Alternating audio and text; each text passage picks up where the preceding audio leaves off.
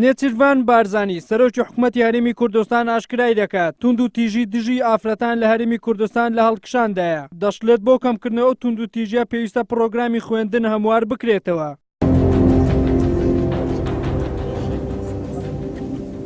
لە مەراسیمی ڕاگەاندنی هەڵمەتی نیشتیمانی بەرەنگاربوونەوەی تونند و تیژی دژ بە ئافرەتان سەرۆکی حکوومەتی هەرێمی کوردستان لە وتەیەکدا باسی لە شێوازی بنبڕکردنی تونند و تیژی دژی ژنان کرد گوتی هۆشیاری کۆمەڵایەتی لەسەری هەموو ڕێکارەکاندایە بۆ بنبڕکردنی تونند و تیژی دژی ئافرەت لە هەرێمی کوردستان هێشتا لە هەڵکشان و داکشاندایە بەڵام ئەوەی جێگەی خۆشحاڵیە ئامارەکانی کوشتن و خۆسەوتاندن کەمترن بە بەراورد لەگەڵ ساڵانی ڕابردوودا. نەهێشتنی تونند و تیژی بەرامبەر ژنان و نەهێشتنی تونند و تیژی خێزانی پێویستی بە هەموارکردن و گۆڕانکاری تازە لە پرۆگرامی خوێندن هەیە لە قوتابخانەکاندا و لە زانکۆیەکانی کوردستاندا. دەبێ ڕێزگرتنی ئافرەت و نامۆبوونی ئەنجامدانی تونند و تیژی بەرامبەر ئافرەتان ببێتە بەشێک لە کولتور و پەروەردەی ئەم وڵاتە.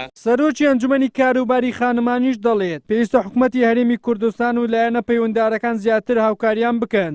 بارودۆخی تەنراو بە تونند و تیژی و کاری تیرۆریستی خراپی باریدارایی تەنگژەی سیاسی گشت ئەمانە هەندێک جار دەستکەوتەکان ئەخەنە بەر مەترسی لە ناوچوون و بەلای کەم ئەبنەمایی پاشەکشەی هەندێکیان بە تایبەتی لە بواری مافەکانی ژنان. زۆربەی جار ئەو تونند و تیژیانەی بەرامبەر ئافرەتانی هەرێمی کوردستان دەکرێت لەلایەن کەسانی دەست ڕۆیشت و خاوەن پۆستەکانە بەڕای بەرپرسی نووسنگی هەولێری ڕێکخراوی خوشکانیش ئەگەر یاسا سەروەر بێت لە هەرێمی کوردستان بەو ڕێژە زۆرە تونند و تیژی دژ بە ئافرەتان ناکرێت. هەر شوێنێکە ئەگەر هاتوو تاوانبار جارێک بە سزای عادیلانەی خۆی گەیشت دەبێتە هۆکارێک بۆ بەربەست دروستکردن لە ئەوەی کە جاری شت ئەم کارە دووبارە نەبێتەوە.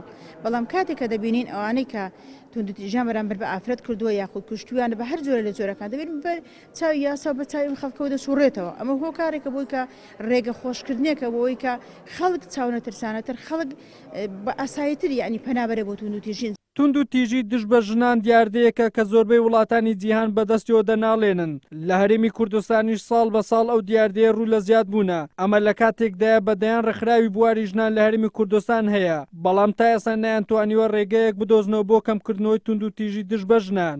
وەلی سەلیم کەناڵی ئاسمانی پێم هەولێر.